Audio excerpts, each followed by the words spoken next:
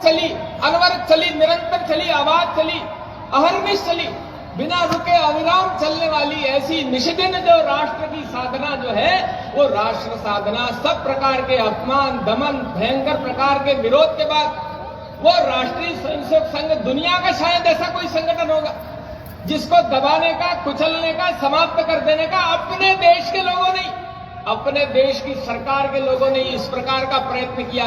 परंतु ऐसी सब बाधाओं, आपदाओं, इस प्रकार के दमन शोषण के बाद भी राष्ट्रीय स्वयंसेवक संघ इसकी सबसे बड़ी विशेषता ये लगातार अनवरत रूप से चलता। दूसरी संघ की बड़ी विशेषता रही कि संघ की 100 वर्ष की यात्रा का जब हम विचार करते हैं तो ये संघ यात्रा की, संघ की ये यात्रा जैसा चला था वो कभी दो नहीं हुआ, ये विभक्त नहीं हुआ।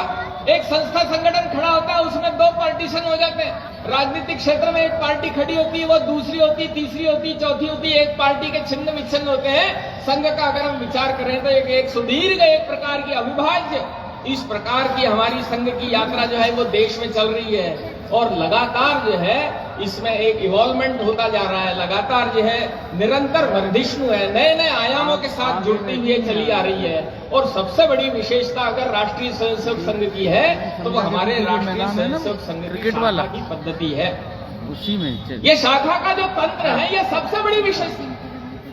और इसलिए डॉक्टर हेडगेवार जी के बारे में जब हम विचार करते हैं तो डॉक्टर जी के पहले मैं थोड़ा स्वामी विवेकानंद की तरफ आपको लेके जाता हूं। ये भारत में राष्ट्रीय स्वयंसेवक संघ की यात्रा जो 100 वर्ष से चल रही है, ये 100 वर्ष से चलने वाली यात्रा के बारे में डॉक्टर हेडगेवार जी ने क्या कहा?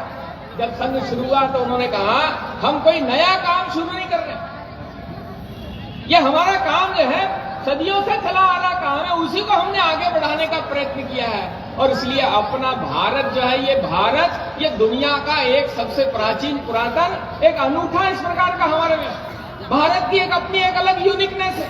और इसलिए भारत जो है सब प्रकार के विरोधों के बाद भी चला आया, निरंतर खड़ा रहा। तो उसका क्या कारण है?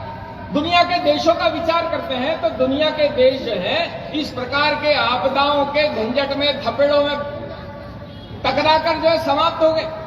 देश और दुनिया, देश समाप्त हो गए, वहां की संस्कृतियां समाप्त हो गई। पर जब भारत का विचार करते हैं तो भारत के बारे में कवि इकबाल ने क्या लिखा? भारत के बारे में कवि इकबाल कहता है यूनान, मिस्र, रोमा सब मिट गए जहां से, कुछ बात है कि हस्ती मिटती नहीं है हमारी। ये भारत की हस्ती क्या है? भारत का मूल क्या है? तो भारत का मूल जो है, ये भारत का मूल भारत का आध्यात्म है, भारत का मूल ये भारत का धर्म है। ये भारत को भारत बनाए रखने का जो काम है ये हजारों हजार वर्षों से हमारे यहाँ पर जो करने वाले लोग थे उनको हम कहते हैं वो हमारी दैवी संपदा के लोग। ये भारत बना रहा, क्यों बना रहा? तो ये भारत में इन हजारों वर्षों में भारत को भारत बनाए रखने में जिनकी भूमिका थी वो कौन थे? वो हमारी दैवी संपदा थी। वो दैवी संपदा यानी कौन है? वो दैवी संपदा के एक प्रतिनिधि के नाते आचार्यवर यहाँ पर गुरुवर बैठे। वो दैवी संपदा यानी हमारे यहाँ के साधु, संत, महात्मा, तीर्थकार, प्रवचनकार, समाज की सज्जन शक्ति के लोग ये समाज को जगाने का काम करते थे। और इसलिए भारत में जो है भारत की ताकत क्या है ये हमारे यहाँ के महापुरुषों ने समझा। वो भारत की ताकत ये यहाँ का आध्यात्म। और इसीलिए जो है हमारे महर्षि अरविंद जो है, महर्षि अरविंद ने क्या कहा? भारत को अगर बनाए रखना है तो भारत का आध्यात्म ही हमको बनाए रखना पड़ेगा।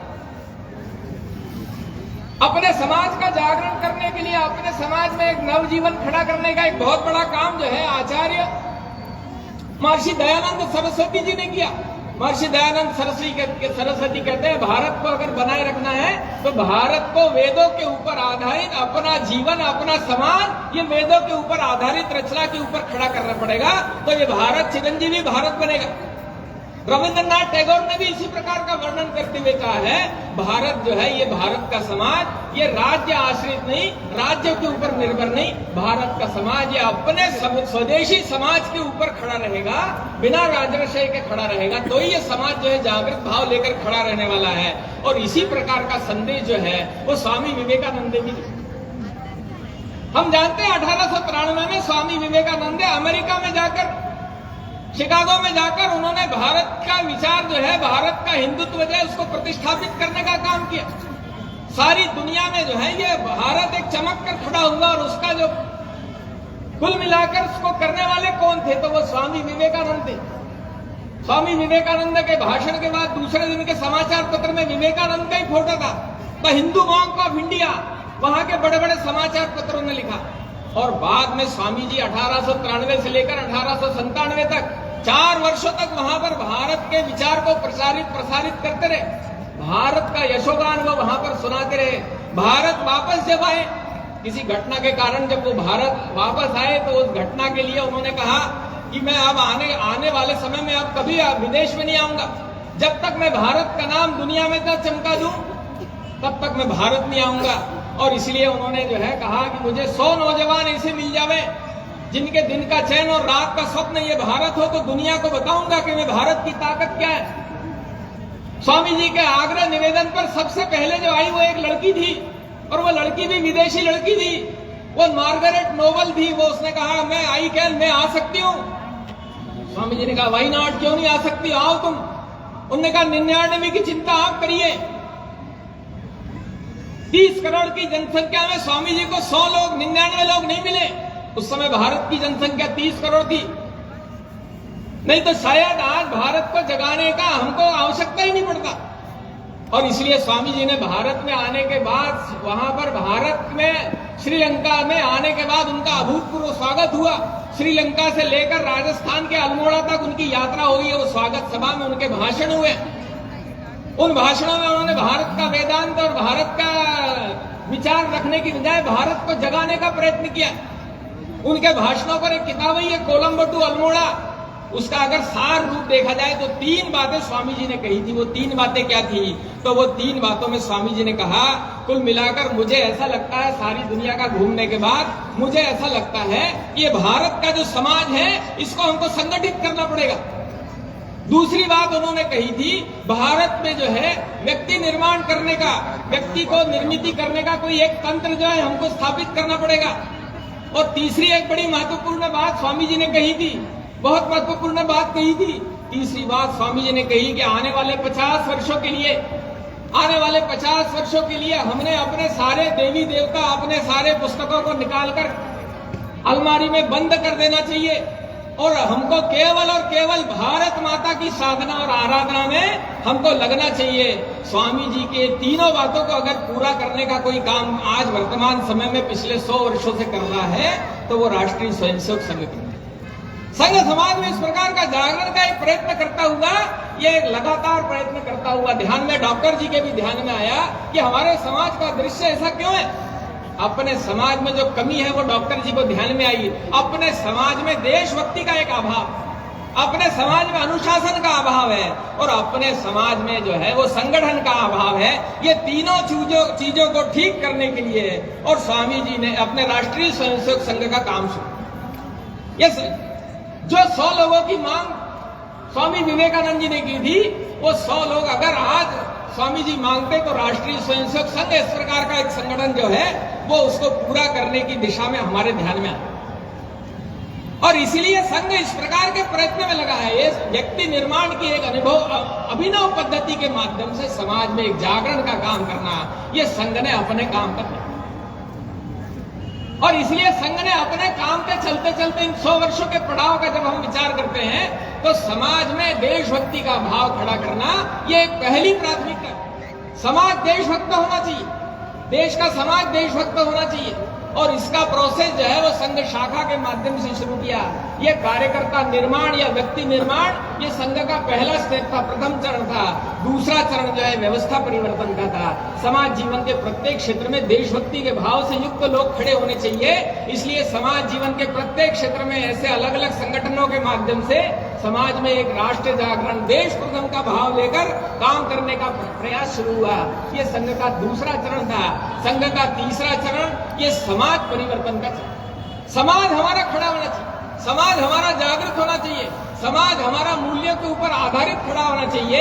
जो हमारा 1000 वर्षों का जो काल है जिसमें विदेशी आक्रांता हमारे समाज पर आए, उन्होंने आक्रमण किया। उस आक्रमण के कारण जो हमारी और जिसको मैंने दैवीय संपदा कही थी, वो दैवीय संपदा एक संस्कार देने का काम करती थी, वो हमारी उसमें टूटन आई। उसके कारण अपने समाज का पतन, कोई भी समाज देश तभी आगे बढ़ता है जब वहां का समाज आगे बढ़ता है। और इसलिए ऐसे समाज जागरण के लिए, समाज परिवर्तन, ये संघ का तीसरा चरण लेकर संघ ने काम शुरू किया। समाज में आने वाली चुनौतियां, समाज में आने वाले प्रश्न, इनको ठीक करने की दिशा में ले जाना, इस प्रकार एक वातावरण खड़ा करने का प्रयत्न संघ लगातार करता है। संघ इस प्रकार के जागरण के काम में लगा है। समाज में एक देशभक्ति का भाव जगा, समाज का जन जन देशभक्त होना चाहिए। और यह संदेश जो है हर काल में हमारे यहां दिया गया। हम मर्यादा पुरुषोत्तम श्री राम का खूब जय जयकार करते हैं। राम हमारे जीवन में एक आदर्श पुरुष के नाते हैं। उनको मर्यादा पुरुषोत्तम ही कहा गया है। पुरुषों में जो उत्तम है वो उत्तम तो है उनके आचरण के कारण है। और इसलिए राम जी के बारे में हम जय जयकार करने वाले सब लोग हैं। राम जी के मंदिर निर्माण पर हम बहुत अधिक प्रसन्नता व्यक्त करने वाला ऐसा भी हमारा समाज है। श्रावण के मास में अखंड रामायण करने वाले हम में से बहुत सारे लोग होंगे। मंदिरों में चोंगा लाउड स्पीकर लगाकर रामचरितमानस का अखंड पाठ जो है श्रावण मास में करते हैं। पर राम जी को मानते हैं, राम जी की मानते हैं क्या? और इसलिए राम जी का संदेश क्या है? तो राम जी का संदेश जो है वो भी एक बहुत महत्वपूर्ण संदेश है। वो संदेश क्या था? तो लंका पर विजय प्राप्त करने के पश्चात और सारी लंका पर जब विजय हो गई, रावण भी जो है परास्त हो चुका था। और इसलिए विजयी सेना जो है उसने भ्रमण करना शुरू किया। तो इस विजयी सेना रावण की लंका में भ्रमण कर रही थी। उस लंका में जो रावण की सेना परास्त होने के बाद राम जी की सेना जब लंका भ्रमण कर रही थी, उसका नेतृत्व लखनलाल जी कर रहे थे। लखनलाल जी भ्रमण करते करते पहली रो में तो जगह नहीं है मालूम कि लंका कैसी है। तो लंका तो स्वर्ण नगरी थी। वहाँ के महल, वहाँ के भवन, वहाँ की सड़कें, वहाँ का उद्यान, जहाँ देखो वहाँ सोना था। इस प्रकार से विकसित, इस प्रकार का धन की नगरी, वो स्वर्ण नगरी को देखकर वो लखनलाल जी के मन में भी थोड़ा लालच आया। और इसलिए वापस आकर लखनलाल जी ने राम भैया के पैर छुए और कहा, भगवान भैया मेरा एक निवेदन है। मेरा निवेदन यह है कि अब हम कहाँ वो अयोध्या की धूल माटी वाली नगरी में जाने का प्रयास करते हैं। अब हम लंका को विजय प्राप्त कर चुके हैं और इसलिए मैं ऐसा सोचता हूं कि आप यहाँ के अधिपति बनिए, आप यहाँ के राजा बनिए, यहाँ आपका राज तिलक होगा, मैं सेवक बनकर आपकी यहाँ सेवा करूंगा। ऐसा लखनलाल जी ने अपने मन की जो छुपी बात है उसको इस पद्धति से बोलने का प्रयास किया। राम ने जो संदेश दिया है लखनलाल जी के माध्यम से, वो हम सब समाज के लिए बड़ा महत्वपूर्ण संदेश है। वो संदेश क्या है? वो किसी कवि ने उसको जो है सूत्र रूप में, एक श्लोक रूप में बोल के बताया। वो राम लखनलाल जी को क्या कहते हैं?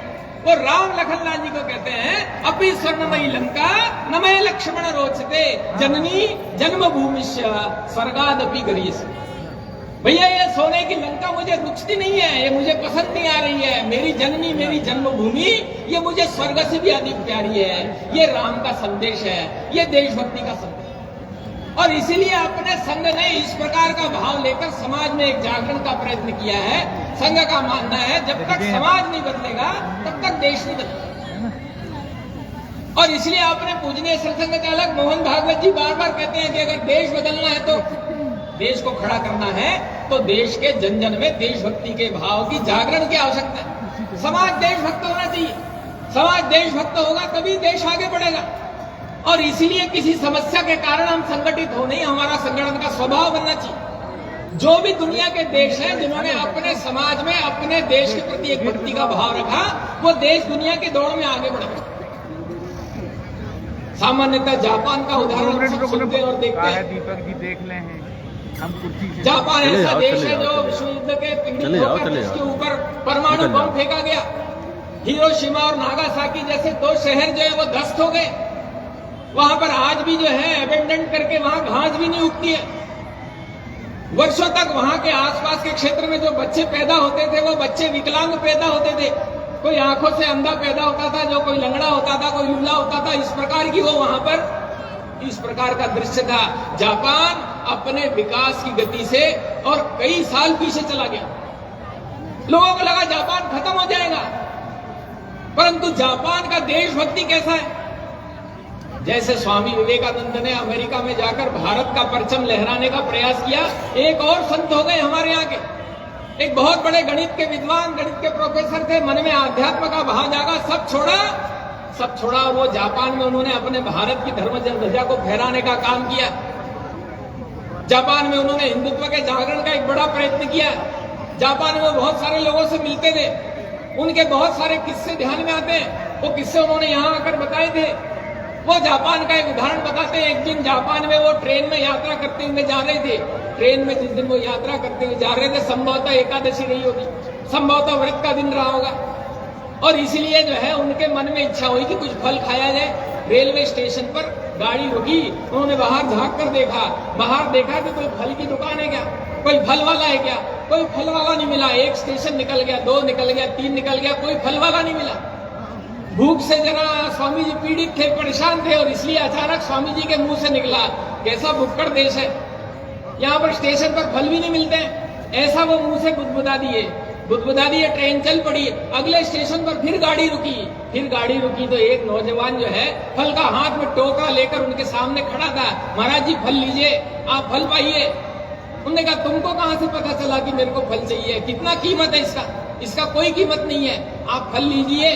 कीमत के नाम पर एक छोटा सा निवेदन है आपसे, बोलो क्या है? बोले आप भारत में जाकर ये मत बोल देना जापान ये भुक्कड़ देश है, यहाँ पर फल नहीं मिलता। अब ये देशभक्ति का भाव हमारे नौजवान में है क्या? हमारे लोगों में है क्या? ये नहीं है। इसलिए हमारा देश के बारे में हमको विचार करना पड़ता है। और इसलिए अपना देश बनेगा कैसे? तो अपने देश के जन जन में देशभक्ति के भाव के जागरण की आवश्यकता है। हम सब अगर विचार करें कि कोई अगर सत्ता में बदल देने से ये पार्टी बदल गई, वो पार्टी बदल गई, तो कुछ होने वाला है क्या? केवल पार्टियों के बदलने से काम नहीं होगा। हमारे अधिकारी जी एक किस्सा सुनाते हैं कि एक कुआं है, उस कुएं में पानी है, वो सारा का सारा पानी खारा है। उस खारे पानी को अगर हमने लोहे की बाल्टी से और नारियल की जूट की रस्सी से अगर खींचा तो वो पानी खारा निकलेगा। किसी ने कहा भैया जरा बाल्टी बदल कर देख लो, तो चांदी की बाल्टी से, चांदी की चैन से हमने वो कुएं का पानी खींचा तो कुएं का पानी वो खारा ही निकलने वाला है। किसी ने कहा सोने की बाल्टी लगा के देखो, सोने की बाल्टी, रत्न जड़ित बाल्टी लगाकर भी अगर हमने पानी खींचा तो पानी जो है वो खारा ही निकलने वाला है। इसलिए जैसा बाल्टी बदल देने से पानी नहीं बदलता, बाल्टी बदल देने से देश भी नहीं बदलता। और इसलिए ये बैठे या वो बैठे, समाज कैसा है? और इसलिए देश बदलना है तो देश के जन जन में देशात्म भाव का जागरण हमको करना पड़ेगा। हमारे मोहन भागवत जी कहते हैं, नेता, नीति, नारा, पार्टी, विचार, अवतार, महापुरुष, संस्था, संगठन, ये देश का भाग्य नहीं बदल सकता। देश का भाग्य बदलना है तो देश के जन जन में देशात्म भाव के जागरण की आवश्यकता है। राष्ट्रीय स्वयंसेवक संघ और उनके सारे संगठन पिछले 100 वर्षों से ये काम में लगे। राष्ट्रीय स्वयंसेवक संघ कोई संगठन नहीं है, कोई संस्था भी नहीं है। संघ को जो जानने का काम हुआ वो संघ के विरोधियों के कारण ज्यादा हुआ। बोलचाल की भाषा में हम जरूर कहते हैं राष्ट्रीय स्वयंसेवक संघ ये संस्था, ये संगठन। पीछे कुछ दिन पहले दिल्ली में अपने प्रधानमंत्री जी ने राष्ट्रीय स्वयंसेवक संघ का वर्णन करते हुए कह दिया कि राष्ट्रीय स्वयंसेवक संघ ये दुनिया का सबसे बड़ा एनजीओ जैसा है। वास्तव में वैसे तो एनजीओ जैसा भी नहीं है, परंतु एनजीओ बोलने के कारण और राष्ट्रीय स्वयंसेवक संघ का नाम लेने के कारण बहुत सारे लोगों के पेट में मरोड़ भी हो गई। पर राष्ट्रीय स्वयंसेवक संघ कोई संस्था है क्या? कोई संगठन है? कोई ऑर्गेनाइजेशन है या एनजीओ है? तो अपने एक और अधिकारी जी कहते थे राष्ट्रीय स्वयंसेवक संघ ये संस्था, संगठन, ऑर्गेनाइजेशन, एनजीओ नहीं तो फिर क्या है? तो राष्ट्रीय स्वयंसेवक संघ समाज परिवर्तन का एक महाआंदोलन। संघ ये समाज बदलने के लिए निकला और इसलिए समाज ऐसा होना चाहिए।